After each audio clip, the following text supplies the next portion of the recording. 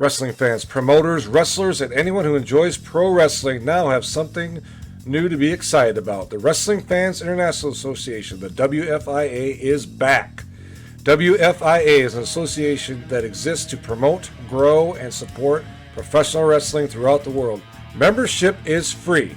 Your membership includes a free digital bi-monthly publication of the Wrestling Fan News newsletter, association updates, voting privileges, and much more. Please go to thewfia.org, that's THEWFIA.org, and become a member today.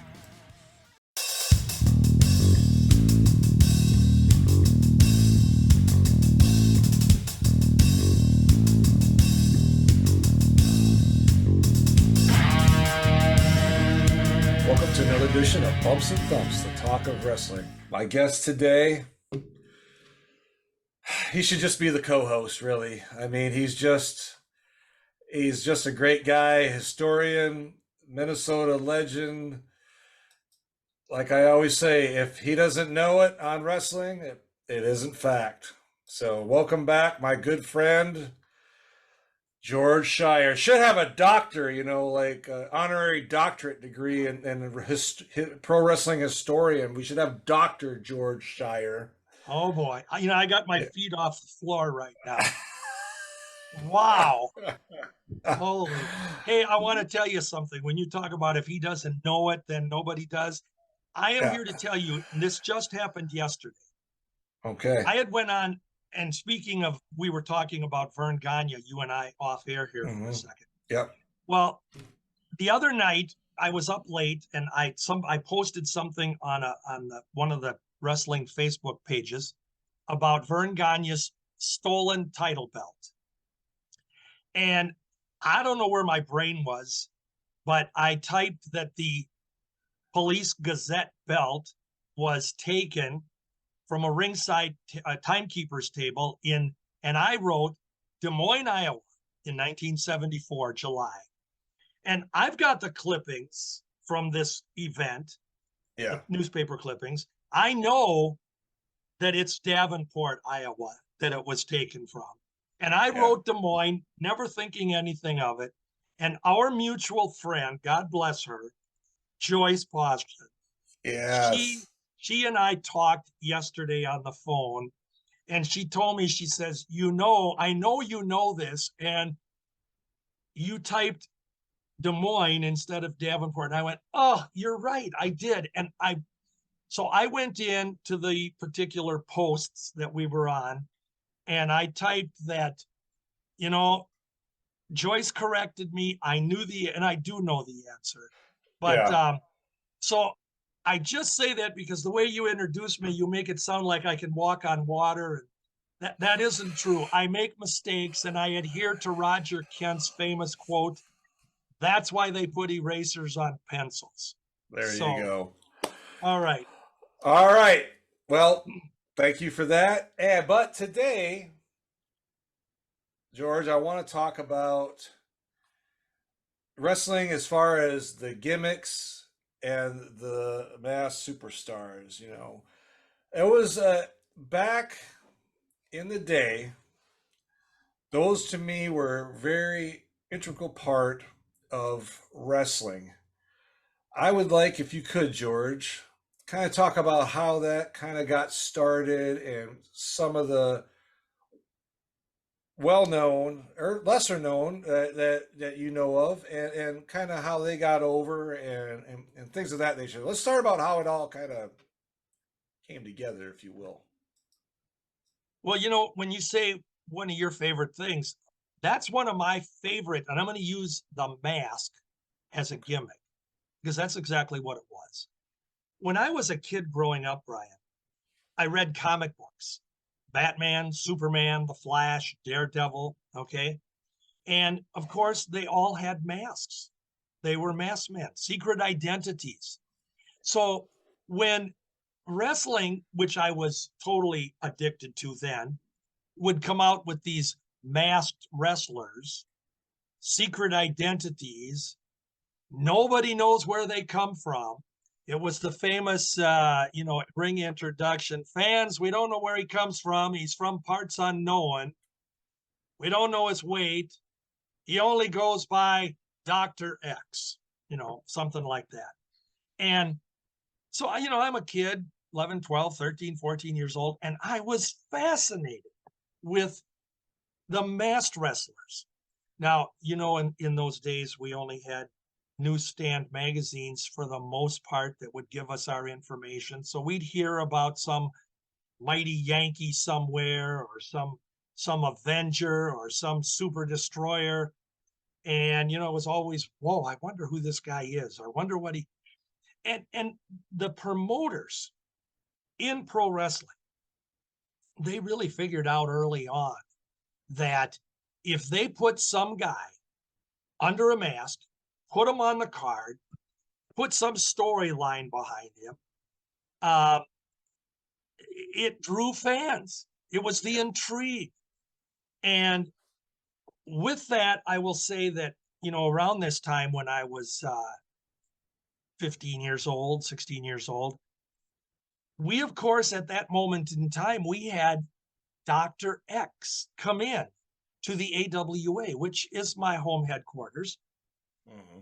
And the way they did the story, and this has been told many times, by other people, but we'd have our weekly all-star wrestling television program, which in some Saturdays was live. Other times that would be recorded and replayed a week later, because they would do usually 2 or 3 shows at the time. But they come out, here we are, August of 67, and they've got the L-shaped bleachers around the ring in the TV studio, small little studio, and they have the fans, and in the TV studio, I think they could get 100, maybe 150 fans to come in. It was free tickets if you got them. You could go and sit there and watch the matches. Well, you'd have Roger Kent and you'd have Marty O'Neill, who were our ring announcers at the time, our TV announcers, and they would give the play-by-play of the matches, little things about the wrestlers, the good guys, the bad guys. And so during the commentary, they make a slight reference. There's some fan sitting over there with a mask on. That's all they said. And here was this guy sitting at ringside with a tie on and a mask. That first show, that's all there was. And here he was sitting right center row, front row, but in the center. And so the camera would see him during the course of the show. Well, the following week on All Star Wrestling, they're doing the commentary. And they go, that fan is back here wearing the mask. That makes some reference to, that's kind of a weird way to come into wrestling or whatever. Nothing more. But at the end of that second week, this masked guy in the suit and the mask, he gets out of his chair and he comes over to the interview area where Marty O'Neill would, interview the wrestlers. And he barges in and he said, I would like to have a match with one of these wrestlers on TV. Well, they escort him out. Bob O'Brien, the police officer, was our security guard there in the studio. And Bob O'Brien escorts this fan back to his seat. Now sit down or we're going to throw you out of here, sort of thing. The third week comes along, here's this masked guy sitting at ringside. He comes back out, very politely says, I want to have a match with one of these wrestlers.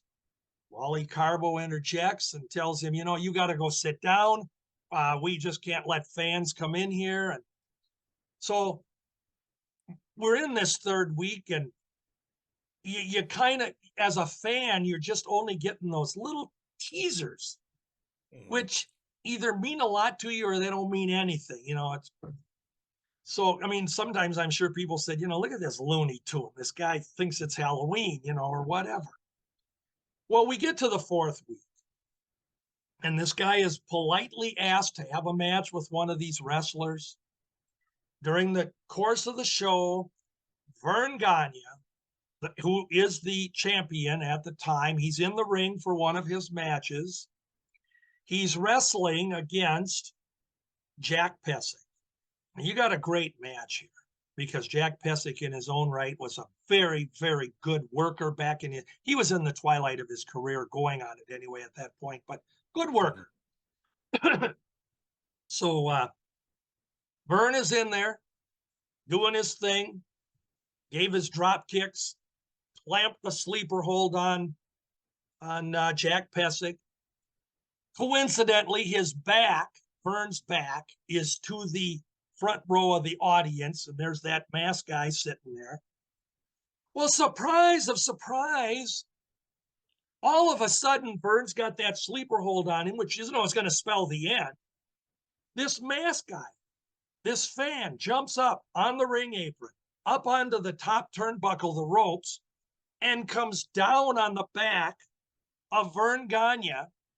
Vern, of course, releases the hold, falls down on the mat, and the referee is like, oh my God, and then the masked guy clamps a figure 4 leg lock on Vern Gagne right there on TV. And Marty O'Neill and Roger Kent, they're going ballistic. My God, this fan, what is going on? Somebody get in there. What is he doing to the heavyweight champion of the world? And this masked guy will not release the hold. And finally, the referee and a couple of other wrestlers, they get him out of there. Well, during the course of the program after that, fans, we don't know how badly the champion, Vern Gagne, is injured. We're going to let you know. We'll keep tabs on it. And then this masked guy comes in, and he's yelling at this. He's no longer polite, He comes out here and he basically says, for the last few weeks, I've come out here politely asking to have a match with one of these wrestlers. You've treated me like an idiot, sent me back to my seat. I just beat your heavyweight champion, Vern Gagne. Now I want a match. How about instant stardom, right? Because he wouldn't release the hold in the ring on Vern, the figure 4, until Vern cried uncle. And Vern had cried uncle, uncle. So he had beaten the champ. So Carbo comes out. We don't know what we're going to do. We can't have this. And this guy wants a match. And he tells the masked guy. Now, this is live TV because tonight we've got a card coming up. And he says to the masked guy, he says, you want a match? You're going to get one. You're going to wrestle the Crusher. Oh, my God. Now, Crusher at this point in time in 1967, he's God in the Twin Cities, or AWA. And if anybody can stop this nut job, it's going to be the Crusher. So fans, this is great. Well, he goes that night. He is only introduced in the auditorium, this masked man. He is only introduced as the masked man. He doesn't have a name yet. And lo and behold, he beats the Crusher. He gets a victory. So now the following week on All-Star Wrestling, this guy is big news. The Crusher wants a rematch, in his usual way. That bum, he didn't do this or he did that. And he called him the guy with a sock on his head. That's what Crusher's comment was. And the masked guy, he's out there. He says, I've been trying to tell you that I want to wrestle and I beat your champion. Marty says, what is your name? Where do you come from? He says, that's none of your business. I don't want people to know who I am because if they knew who I was, they wouldn't sign to wrestle. And he says, you just call me Dr. X. There it is, Brian. Absolutely a perfect way to use the masked gimmick and introduce him. And not only that, make him your top heel. Of all your other, Hennig and Race were tag team champions, but they were tag team. And right. You had others in the territory at the time, like Johnny Powers and Chris Markoff, the other heels. But this guy went right up to the top. And it was really perfect because we don't know where he comes from. That was what they said. Carbo, Eddie Williams. We don't know where he comes from. We don't know who he is.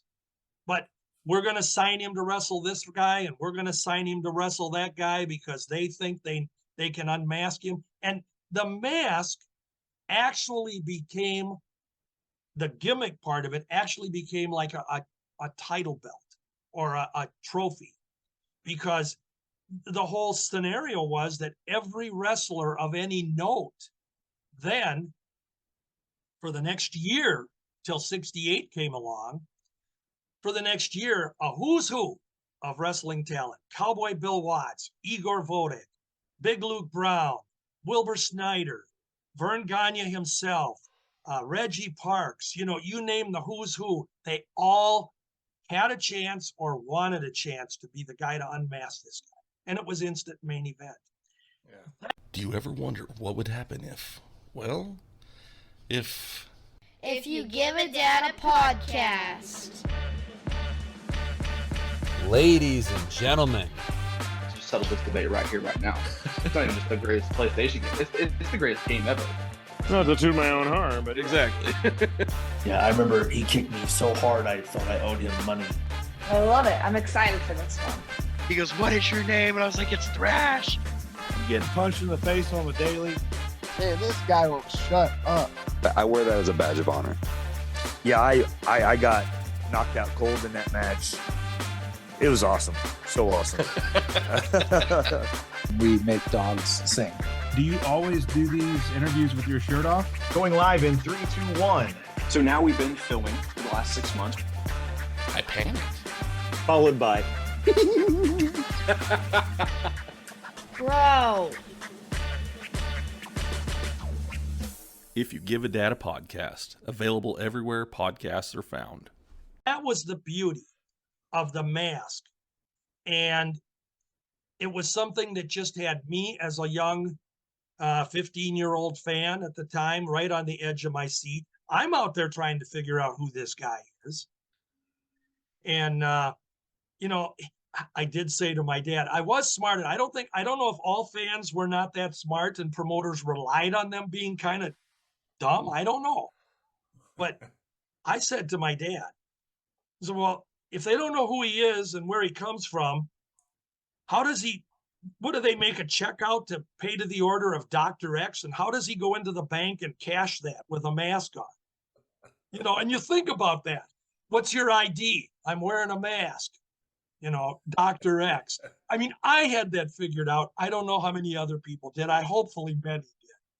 But it was the greatest gimmick in the world. So I know you probably got some questions, and then we can kind of lead into some other great stories. Yeah, no, I was just going to say that, Dr. X, I remember him. I remember another one, Mass Superstar, those guys. There were some other gimmicks too, like, Russians,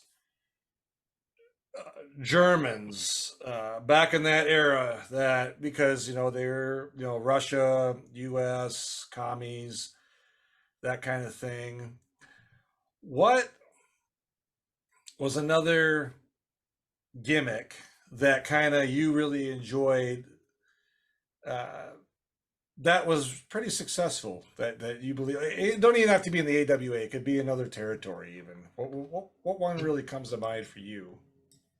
Well, I think you probably touched on it. The whole gimmick thing, it was, for lack of a better term, it was just really simple back then.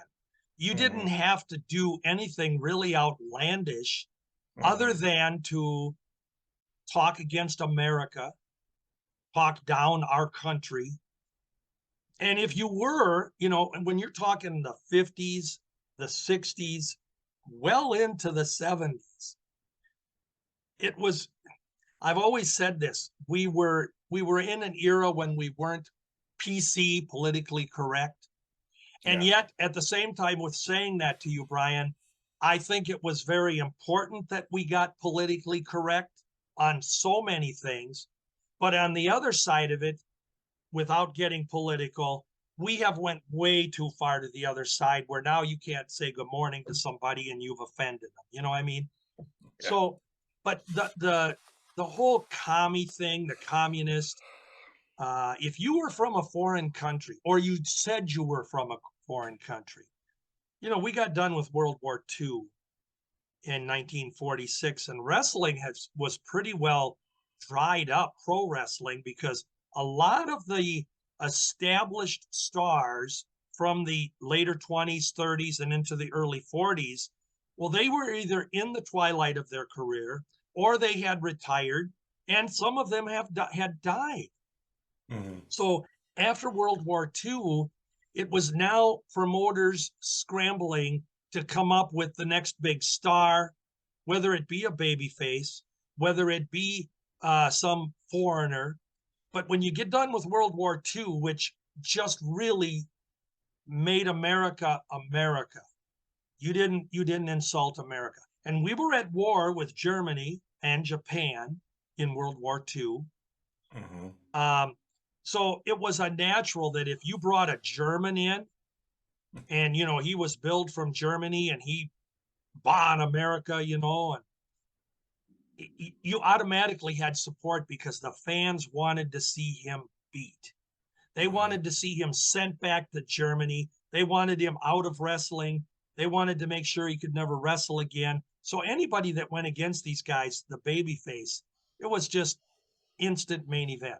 I will point out that one of the greatest assets to this surge was television, because after 1946, when the war ended, you get to the later 40s into the early 50s, though television had been around in a real low key type situation as early as the 40s, but it was in its infancy. Yeah. And when someone, and we've talked about this with pro wrestling too, it was pro wrestling that made television, and television made pro wrestling, because it was cheap to produce, put on. And if you got wrestling, we've heard the stories, not everybody could afford a television, believe it or not. You talk today about some of the things that you can't afford. And whenever there's a new invention, it costs a lot at the onset. I remember when VCRs came out. Oh my God, they were over $1,000 or $2,000. And then 4, 5, 6, 8 years later, you could get them for $20. So it was the novelty of it. And when television was so new, not everybody could afford a television. Not everybody had a television. And it's a true thing. Wrestling fans would congregate at one house in the block that had a TV set, and they would watch wrestling on whatever day of the week it was. Mm-hmm. Or, true story, downtown, which were very popular at the time. We didn't have shopping malls. We didn't have suburbs with big shopping centers. The downtowns were huge. And you could go to any of the department stores in a downtown area, and they literally would put a television set in their big window. And on wrestling night, they'd have wrestling on. People would come by and stand and watch the show. And so wrestling and TV were married, and it was a good marriage. Yeah. And then, of course, with your Germans, your Russians, your Japanese, they could throw some other countries. You had the Sheik, the original Sheik, Ed Farhat.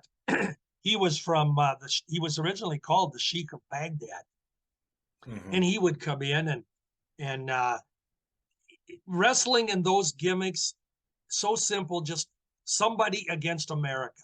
Now the good part about it is that these were promoters and wrestlers who many times realized the power of that gimmick to be a foreigner, and the vast majority of the time the guys weren't the actual foreigner at all.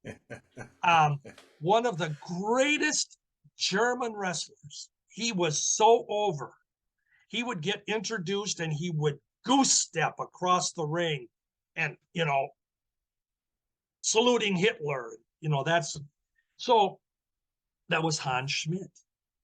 And he was huge in all of the territories. And again, TV was exploiting this character. He was one of those that made TV good for wrestling. And Hans Schmidt was not a German at all. His real name was Guy LaRose, and he was a Canadian, a French Canadian.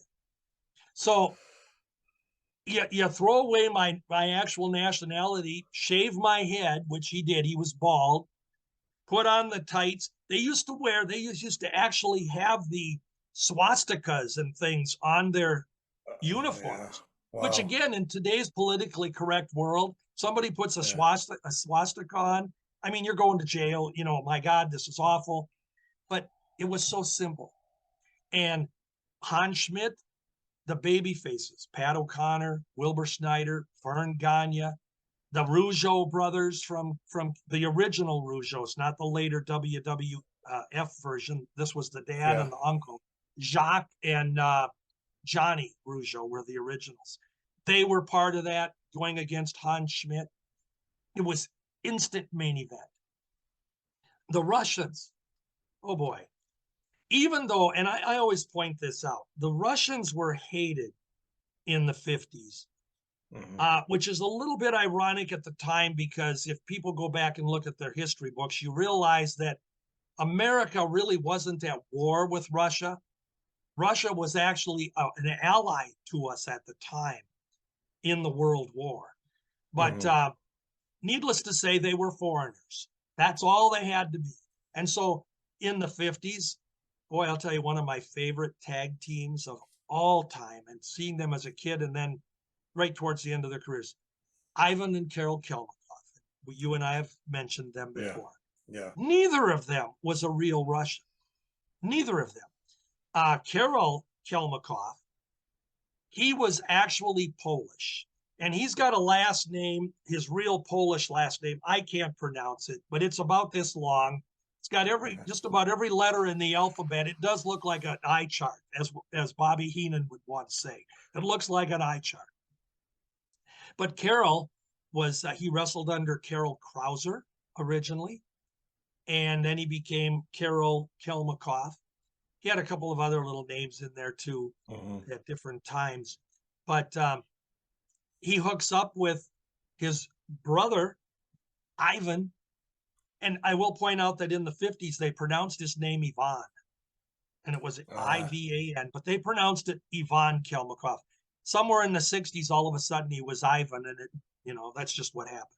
So Carol and Ivan, well, Ivan was not a Russian either. His real name was Edward Bruce. And he was from Detroit, Michigan. And he was a good wrestler in the day. The fun part about it, me as a historian, I like it when I look back at results and I see that Carol Krauser and Ed Bruce, or as he was wrestling, he actually had the Kelmakov name first, Ivan. Okay. Ivan Kelmakov would wrestle against Carol Krauser in some early 1950s matches. Yeah.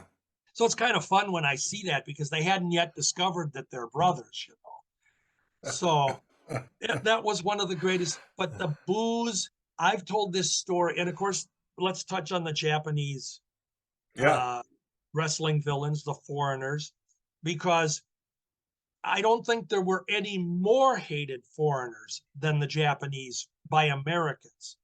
Because again, World War II, they were the ones that started the war. They bombed Pearl Harbor. We were at war with Japan. And so if you were a Japanese wrestling heel, I mean, you can just, the emotions of the crowds, how they wanted them out of the ring. They wanted them out of here. I mean, they would boo they would cheer anyone against them. And so I've told this story. I'm going to just give you a snapshot. One of my very first matches that I remember was from 1957. And I go with my dad. And ironically, it's heel versus heel tag team. The Kelmakovs against the Japanese Mitsu, Arakawa, Kinji, Shibuya. And I remember I'm 6 years old. Oh my gosh, the noise in the auditorium hurt my little ears. I covered my ears. I asked my dad, how come they're booing both teams? They booed both teams, the crowd. And my dad said, he just hoped they killed each other, I'm like, wow, my dad just wants somebody to get killed. But it was so funny in that match because typically throughout the annals of wrestling, if two heels wrestle each other or two heel tag teams wrestle each other, more often than not, the fans will somehow get behind one of them, the lesser of two evils to speak of.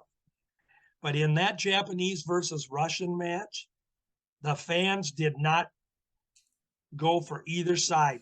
What I did find amazing was when one of the Japanese would hit one of the Russians, the fan would cheer. And when the Russian would turn around and hit the Japanese, the fans would cheer. And I understood. That's why my dad said, I hope they just kill each other. That was the psychology. Yeah. And but again, many of your Japanese wrestlers who were definitely taking advantage of the war and the sentiment that goes with it, the American, we're better, we're good, and we're fair.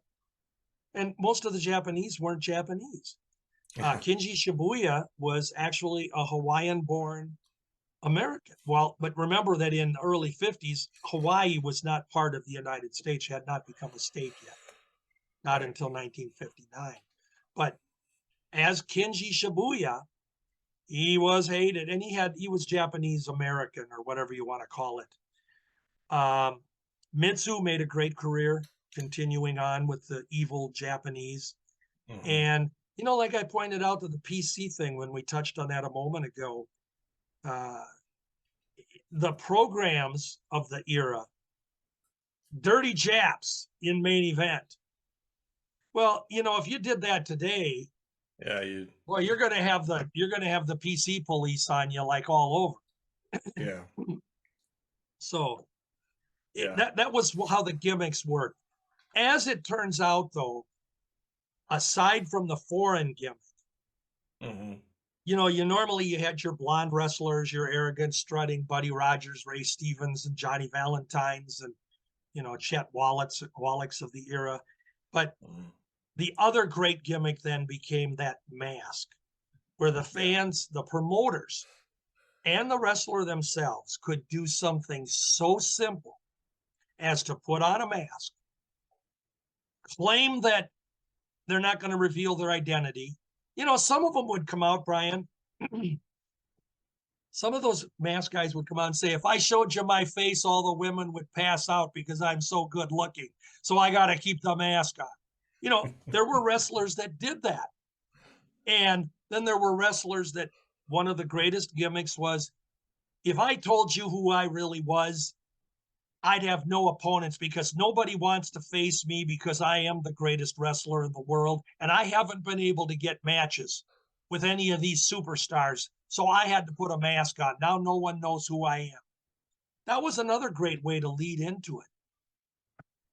And we all know the story, and I really say this is one of the most famous, the Destroyer. Yeah. Dick Beyer, who had been wrestling for 8 years as Dick Beyer, as a babyface up in Buffalo, New York, around different territories that he wrestled as Dick Beyer. He was down in Hawaii in 1961-62, and he was actually working a little bit as a heel as Dick Beyer. But Mad Dog Vachon, a lot of people don't really get that inside part.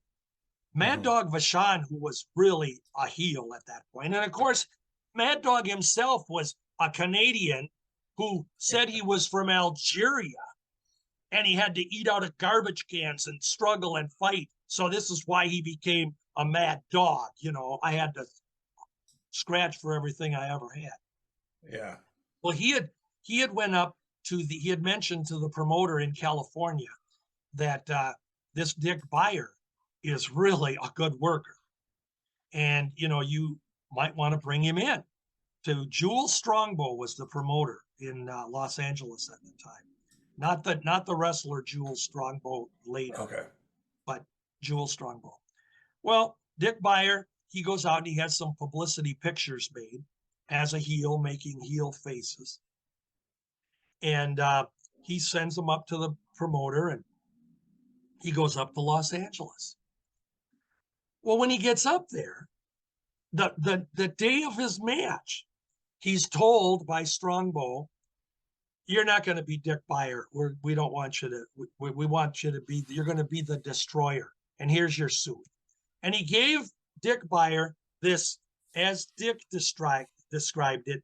It was like the potato gunny sacks you see.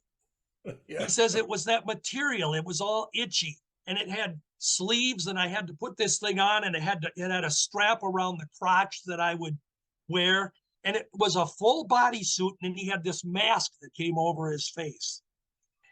And he said, "I went out that night, was introduced as the Destroyer from parts unknown."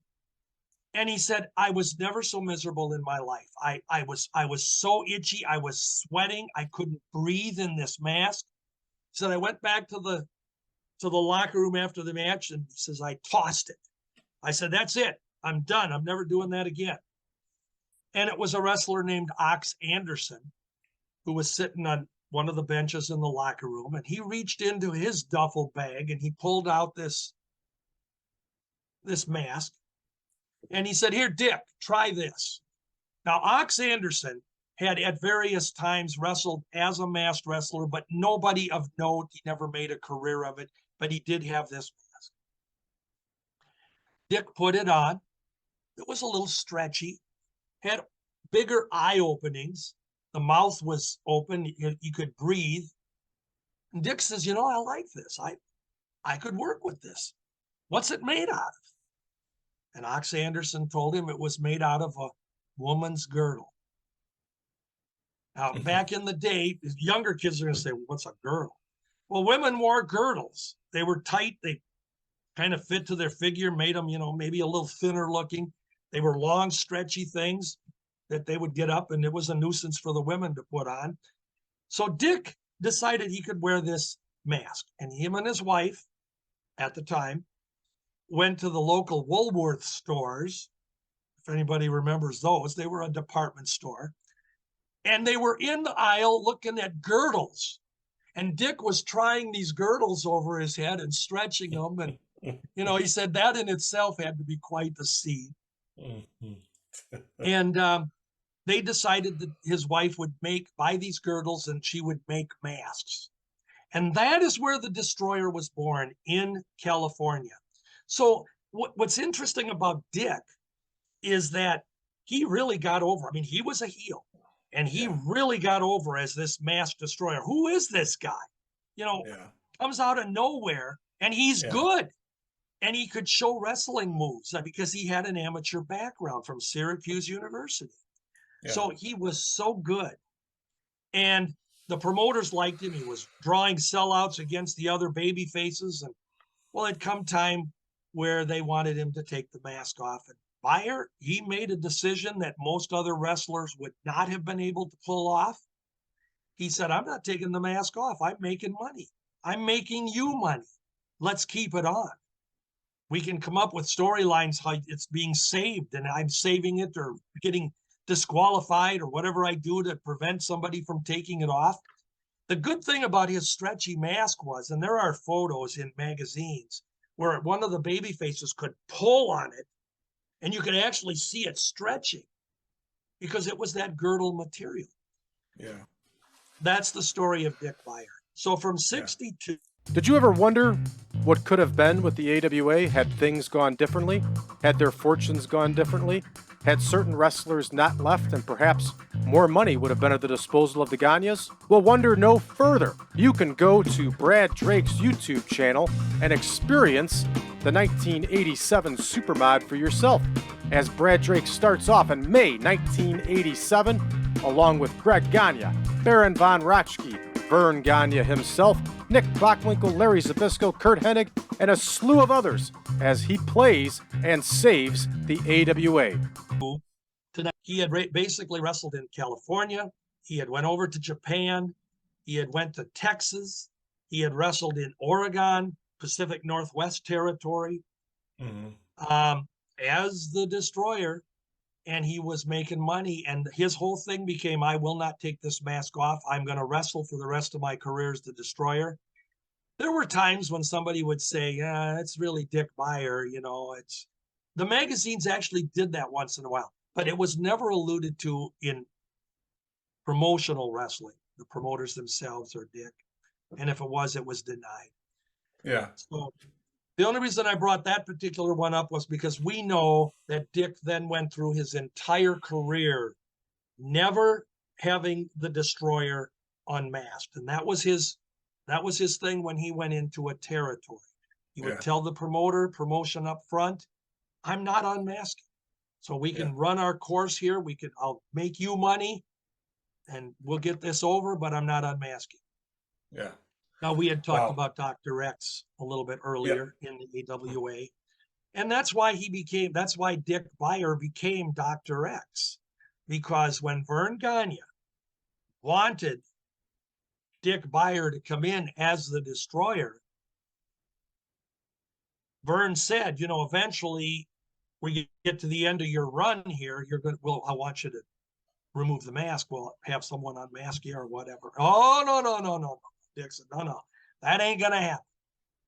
And him and Vern met, talked it over, and Vern says, let's just create a new character. Vern Gagne's idea, Dick went along with it. And they created the Dr. X black mask, no X's on it at the time. Had a big nose piece that covered his nose, because as the Destroyer, he had a big old nose that had been broken a few times. And so it covered his nose. His mouth was a lot tighter, so you didn't see as much of his lips, etc. And of course, the eye openings but it was still that stretchy material, except for the little, it was kind of on the front of it, it kind of had the outline, and it was more like a vinyl material, very thin.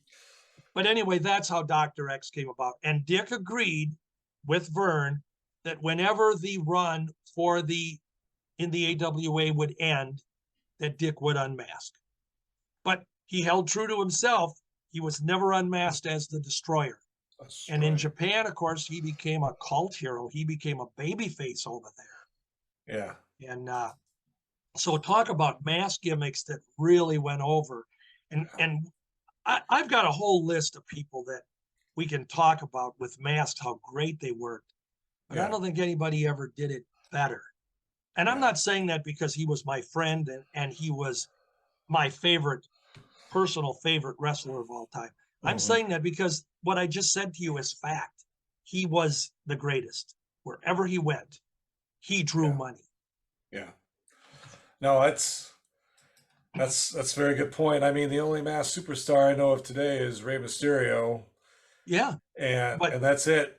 And there's not a lot of gimmicks either. I mean, probably the most one I remember and really truly enjoyed / hated because I was a kid, you kind of touched on it, was the Sheiks, when it was Blackwell, Patera, and Sheik Adnan El Casey. When Patera basically betrayed America and said, I'm making more money, and at that time it was still America, we're the greatest. Arabs are. And there again, people. What a simple way to get a gimmick over. Yeah. Turncoat, to turn your back on the country that you were an Olympian for. Yeah. And I just remember that. And he always has said he got so much heat from that for real heat, not. Oh, I believe it. People would come up that, say, we're going to kick your hind end and all this other stuff. And it's just amazing that I wish more of that kind of concept. It's so simple. Was in here today. It's it is a lost art. I mean, the storytelling, the gimmicks, the mass superstars. Like I said, there's the only one I know of is Rey Mysterio still. And I think, and I know you don't watch it today, or not very much. I don't really either. But when I do, it's just, Yeah, I can't really describe it in words other than wrestling of that era is gone, and I wish it would just kind of come. I wish it would come back at least for a little while.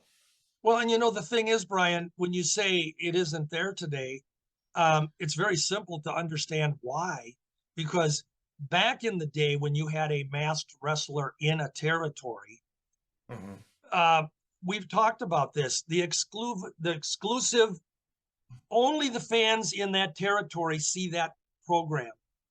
Fans in neighboring cities, towns, states across the country, they don't have access to any of this in our non-internet world.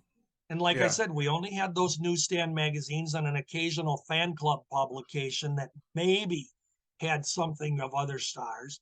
So the mask gimmick, they can put a hood on somebody, say they don't know where he comes from, say they don't know who he is, and you don't know that last night he wrestled in St. Louis without the mask under his real name.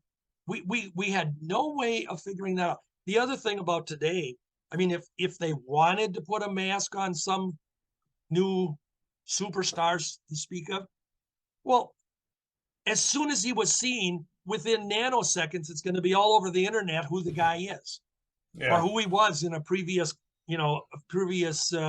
wrestling guys. Right. And so there is no way to pull that gimmick. I mean, even the Lone Ranger couldn't be the Lone Ranger today, because everybody would know that he was one of the surviving Texas Ranger that put the mask on. It's society ruined one of the greatest gimmicks in the world.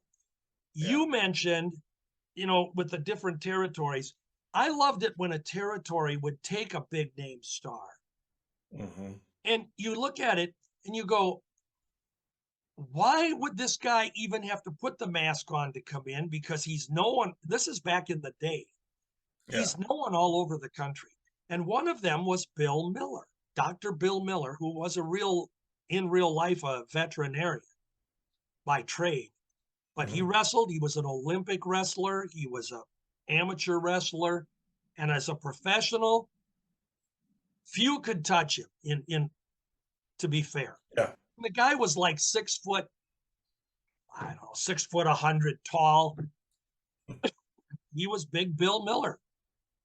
So you say, well, why do you have to put a mask on a guy like this and get him over? But that was part of the deal. Bill Miller would come in. He wrestled as Dr. X back in Omaha territory in the late 50s. Had a mask with an X on it. And again, he's huge for the day. And he used the gimmick. I've been traveling around the country trying to get title shots, trying to get shots with some of these big name stars. And, they won't wrestle me because of my reputation. So, I had to resort to putting a mask on. And then, of course, we don't know who he is. So, and then again, the story, we're going to get somebody to unmask this guy. And it was like a title. It really was. And it worked so good. Hello, everyone. This is Brian Ferguson, the host of Bumps and Thumps, the talk of wrestling. I want to tell you about a new podcast out called Fouls Count Anywhere. It is a classic pro wrestling podcast that brings you the legends of wrestling with true wrestling fans Chris DiCarlo and Charlie Turner. They bring on guests that are legends in this business, as well as wrestlers of today, promoters, referees, you name it. They have them on there, folks. And I encourage you to listen to them. If you're on YouTube, watch them. They drop every Saturday. They have their podcast. They drop it in the afternoon. So look forward to that podcast coming out. Falls Count Anywhere podcast with Chris DiCarlo and Charlie Turner. Folks, you will not be disappointed. I guarantee it. And enjoy the podcast. St. Louis. I always loved St. Louis, Brian, because they were always a territory of themselves. When I say that, because we had all these various territories in the 50s, 60s, and the 70s, into the 80s a little bit. But St. Louis, the city, would run monthly cards, usually August through June. They would usually take, so the rest of June, early June, they would run it. Rest of June, July, and maybe half of August, and then they'd start their fall season. So Sam Muchnick was really anti-gimmick. You talk about a promoter that didn't like gimmicks. That was Sam Muchnick, and he was president of the NWA. We know that. Yeah. And so when you went into St. Louis, he didn't want a gimmick on you. He wanted you to be a wrestler. You could be a bad guy, but we were going to have two good performers here. And Baron von Raschke tells the story that when he went into St. Louis, he was always wrestling as Baron von Raschke or Baron Fritz von Raschke in some of the territories. And he said, I go into St. Louis and Sam he billed me as just von Raschke. He said he wouldn't let me be called Baron because Sam's idea is that a Baron could be considered better than a champion or hierarchy. You're a Baron. And he said, so Sam demoted me. That's what he said. Yeah, he said he demoted me. But he was only von Raschke in St. Louis. Yeah. But the only gimmick that Sam would use from time to time, which I always thought was interesting, was the mask. Mm-hmm. He would take a guy and bring him in, and usually it would be during his August to June season. Normally his mask guy would just have that run, and by the end of the season over the following June, the guy was either unmasked or whatever happened. Mm-hmm. And Sam had this unwritten rule. Well, it wasn't unwritten, it was a rule according to him, that if a guy was masked and he were to wrestle the champion, like the NWA world champion, he would have to reveal his identity once he gets that title shot, or for sure, if he won the title, he'd have to take the mask off. And his logic was the fans deserve the right to know who the champion is or who the wrestler is. So he would have a mask guy work from August to June or April, give or take.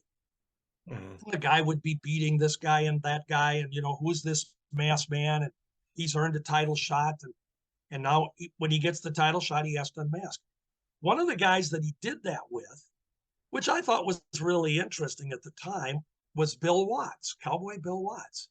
Oh. And Bill was a huge name in 1967.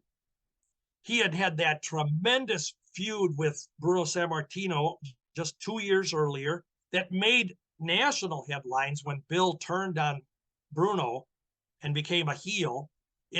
That was the story in the Saturday Evening Post, one of the big magazines of the day, not related to wrestling at all, but they had a cover story. Bill Watts was part of that. And Bill had made quite the name for himself. So he didn't need a mask. But he went into St. Louis and he was introduced. He had a tunic top on, tights. Bill never wore tights in his life, but he had the wrestling tights, the tunic, the big mask, and he also had this cape. It was a purple cape, kind of a button thing, but it flowed down. And he was introduced as Dr. Scarlet. We don't know where he comes from. We don't know who he is. And he was going to get a chance to wrestle, who at the time the champion was Gene Kiniski, the NWA champ. Ran their course. And when Dr. Scarlet got a chance to get to the title, the programs, and I have the St. Louis programs that tell this, he had to reveal who he was. And it turned out to be Bill Watts. And then, of course, he was a baby face there. Mm. This actually crossed over his end of his Dr. Scarlet wrestling as Bill Watts in St. Louis for a couple months. And then he entered into the AWA in August of 67 and became one of our top baby faces as Bill Watts. But it was a crossover thing. But that was one of those times. St. Louis did that a few times. Sam also had, because the gimmick of the mask was the only thing he ever allowed. He had, for a while, the masked Goliath. and this would have been about 1964. Nobody knew who Goliath was. And again, he was a tall 6'1", 100 in height guy, skyscraper. Yeah. Well, under the mask, it was Moose Evans, who was a pretty big name for the first 4 years or 5 years of the 60s. He was unmasked as Moose Evans eventually. Sort of weird. Muchnick used Bill Miller as a masked man in the very early part of the 70s. Bill Miller had wrestled in St. Louis many times, but he'd been gone for a while. All of a sudden, there's this new mask guy, and it was the Crimson Knight. He had a red mask, red trunk or tights and trunks, and he was the Crimson Knight. And he was the next guy that was going to get the title shot. And he wrestled for his season there and eventually was revealed as Big Bill Miller. Big Bill Miller, wow. So Sam had that a few times. He had the masked Hercules in St. Louis. And that was a wrestler named Bobby Graham. Okay. His real name doesn't make any difference to anybody. They don't know. Larry Hulin, I think it's pronounced Hulin or something like that. But he wrestled as Bobby Graham. He also wrestled under a mask as the Red Raider for a while. Bobby Graham wrestled here in the AWA as both Bobby Graham and as Pat Kennedy. And he was called Pat Kennedy here, which is ironic too, because I got some programs in the AWA that says Bobby Graham on the card, and I got another program that'll say Pat Kennedy. He was using both names. The promotion, I guess, didn't figure out they were the same guy. But anyway, Pat Kennedy. And for trivia fans, Pat Kennedy and Dale Lewis, one of the great amateur real wrestlers, Vern Gagne trainee, they held the AWA tag team title for about that long. But they were AWA tag champs. So, but he also wrestled as the Mighty Hercules and the Red Raider, I said. But we had tag teams, every territory back in the day when it was a secret, when it was kayfabe, when we couldn't find stuff out. Every territory had masked wrestlers at one time or another. We're all familiar with the Masked Assassins. The most famous pair, Jody Hamilton and Tom Ernesto, they did that gimmick so superbly. And we had the Infernos, the Masked Infernos, which were at various times different guys under the mask. The original two, I believe the original two were Frankie Kane, who later went on to become the Great Mephisto, if anybody remembers in the 70s. But Frankie Kane and a guy named Curtis Smith was a wrestler, journeyman wrestler, and they put masks on and they were these feared Infernos. Then Curtis's brother, Rocky Smith, was also under the mask. Doug Gilbert, AWA's Doug Gilbert, Mr. High, he was also one of the Infernos very briefly. And then Doug Gilbert himself, he pulled off one of the greatest heel and then turned into babyface mask gimmicks. He was the Professional, which just by the name with the mask and calling yourself the Professional, you're basically telling the fans and everybody that cares to listen, I'm the best there is in this business. And the Professional, Doug Gilbert, for 1968, 69 down in Atlanta, wow, he was over. He eventually turned babyface. But the masked medics, you got these guys that were medics in the war, the storyline, or the interns. And the medics, oh my gosh, there were various versions around the country. Each territory sometimes seemed to have their own medics. Yeah. But various guys under the masks. The interns, one of the more famous was Jim Starr and Tom Andrews, who were the interns. Tom Andrews wrestled in Omaha for a while as the Claw with a mask on, unknown. And so these guys, a lot of them were using the mask gimmick off and on in different territories. Don Jardine, the spoiler, Don Jardine, the spoiler, That was Fritz von Erich that gave him that handle and mask. Now, the spoiler, he wasn't the very first spoiler that ever existed in wrestling. There were others. The first one was out in California, and I'm thinking of his name now, and I'm not going to. Vince something. I can't pronounce his last name. He was the original spoiler way back when. But yeah, Jardine used the spoiler gimmick, and then he was the Super Destroyer in Mid-Atlantic, and he was the Super Destroyer up here for Vern Gagne with a mask. We know our own AWA Super Destroyers Mark II and III, which were Bob Remus and Neil Quay. We had Mr. M, Bill Miller, and he was even AWA champ for 8 months. Vern gave him the title as Mr. M. We don't know who he is, fans. Hey everyone, this is Brian Ferguson, the host of Bumps and Thumps, the talk of wrestling. I want to talk to you today about my friends over at Super Friends Signatures.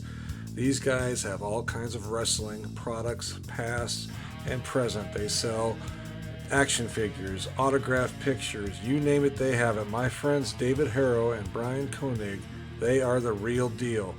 Go to their website today, superfriendsignatures.com, or go to their Facebook page, Super Friends Signatures. Check them out, folks. You will not regret it. They have great prices and great deals on all kinds of products.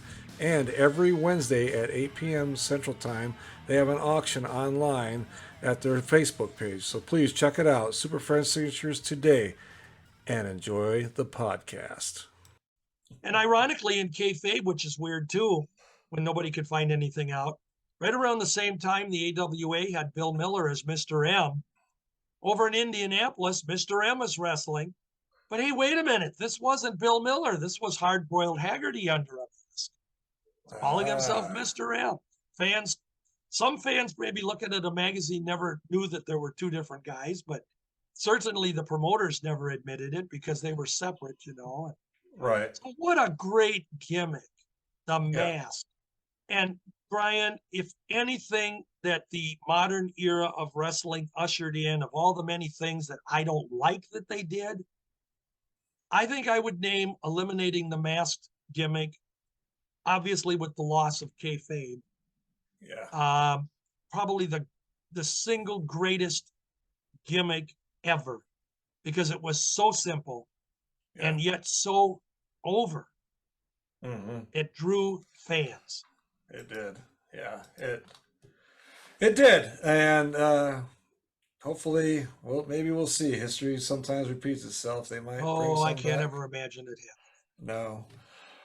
George, I want to thank you for coming on today. It's been such a pleasure and honor. I always enjoy having you on. Always get so much great insight. And folks, if you haven't, check his books out. He's written about 4 books, I believe.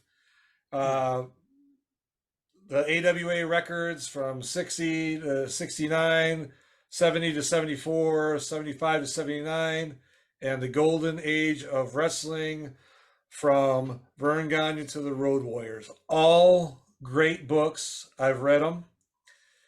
And absolutely, if you're a wrestling fan, you're going to really love them, especially in the AWA era. Great books. So, George, one more time, Mr. George Schire, sir, thank you for coming on today. I really appreciate it. And I know the fans do too. I always enjoy doing your show, and I will do as many as you want me to. I enjoy it, Brian. Great job. Absolutely. Thank you.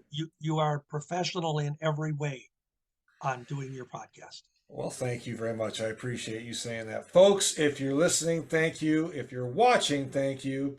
And if you haven't subscribed, please do so. And we're still on with that 1,000 subscriber. We're getting up there.